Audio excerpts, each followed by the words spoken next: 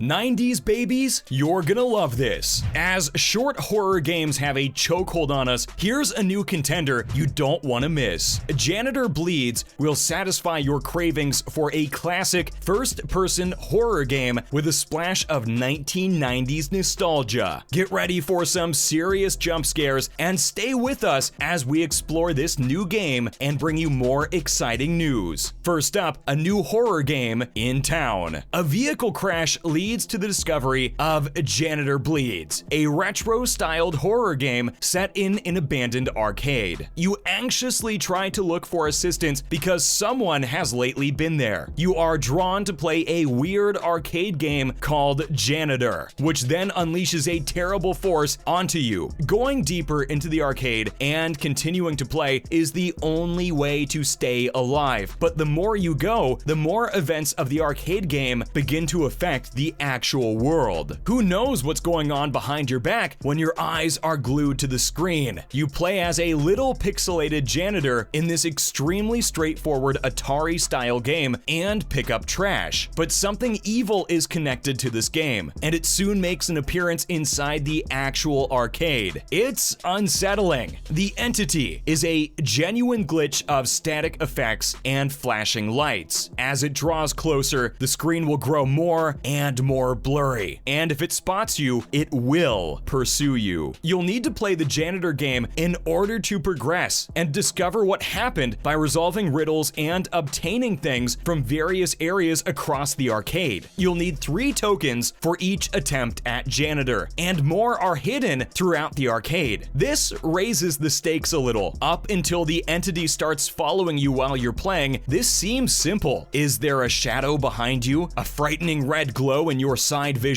Hide immediately or it's game over. Next, it's a heart in throat experience. You find yourself in a closed arcade. After some investigation, you discover a hidden cabinet dubbed Janitor, whereupon you unintentionally let loose a weird being onto the dimly lit panels. You'd think your only responsibility would be to leave or request assistance, but the worst idea comes to you to check out the arcade. Would have been pretty cool if only something wasn't trying to kill you. The gameplay in Janitor Bleeds is linear. There's a somewhat rigid order to things, even if you can eventually wander the entire arcade. You keep running into the enigmatic janitor game along the route, and you use it to open the door to the next step. Various reality-altering puzzles are used to accomplish this. The entities following you as you go on, and despite being a slasher horror setup, this one's difficult to look at and throws an ominous shadow wherever it travels. At first, it seems quite imposing,